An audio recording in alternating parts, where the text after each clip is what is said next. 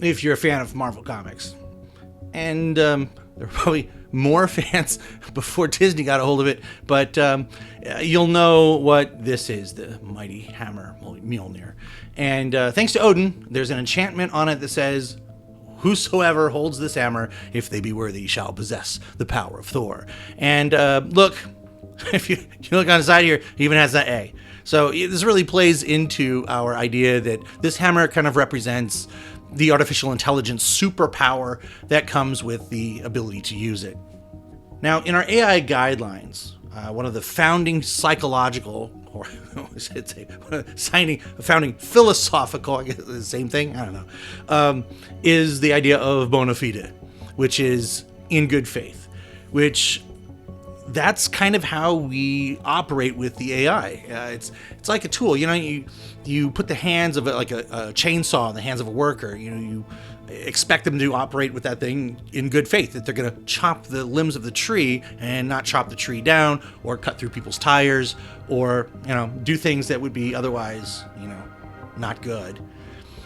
But the temptation, there's so much power that AI puts at your fingertips. I mean, the temptation to have AI do all the work. Ugh. So on that point, let me share a quick story about using AI to do all the work. You see, this didn't work out so well for lawyer Stephen Schwartz, who in June of 2023 used ChatGPT to find case precedent examples for his client. He was pretty shocked to find out that GPT lied. I mean, hallucinated all 5 of the cases. The entire firm avoided sanctions and being completely disbarred only by the extensive groveling. So not graveling. I guess they were on the gravel. Groveling. There we go. Before the judge to forgive their mistake. Now, the article didn't get into exactly what happened with them, but they weren't immediately just disbarred.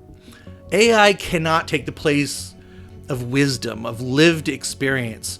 And one of the things that, just kind of briefly touch on this, there's a conundrum that AI has, and I'll share this real quick. AI has this conundrum, and there's a name for it, I just can't remember what it is right now. And if you ask it to, like, there's a room, and then there's a box in the room, and you're asking the AI to identify the most efficient ways to get the box out of the room. Well, the AI will analyze every pre-programmed capacity to be able to do that, like thousands and thousands and thousands and thousands of ways to analyze to get the box out of the room. Whereas the human will look at it and be like, okay, and he immediately ignore thousands of those possibilities because they realize they're dumb. Humans have the capacity to ignore, and AI does not. Now, at some point in time, it might evolve that capacity, but right now it does not. So, as I said, AI can't represent the wisdom that humans have. And of course, I would say that if you don't have the wisdom, then you shouldn't be using AI. So we talked earlier about flying a massive 747 on autopilot. Autopilots don't read radar. They don't understand where the microbursts are. That comes with pilot wisdom. So the pilot would then take control and fly it around the hurricane. But unless you know this, you shouldn't be using the autopilot in the first place. So when it comes to real life wisdom, your instructors are very much like human AI detectors. They know when things don't register right, don't sound quite human. I would make the argument that you should check with your instructor, just to be sure. You don't want to make that mistake and fly through the hurricane or be that dude who tried to pass off 5 GPT case files and get disbarred.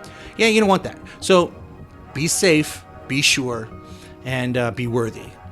And speaking of worthy, let's, what do you say we check out some of those worthwhile endeavors and how AI can empower you, not only in this class, but in other classes.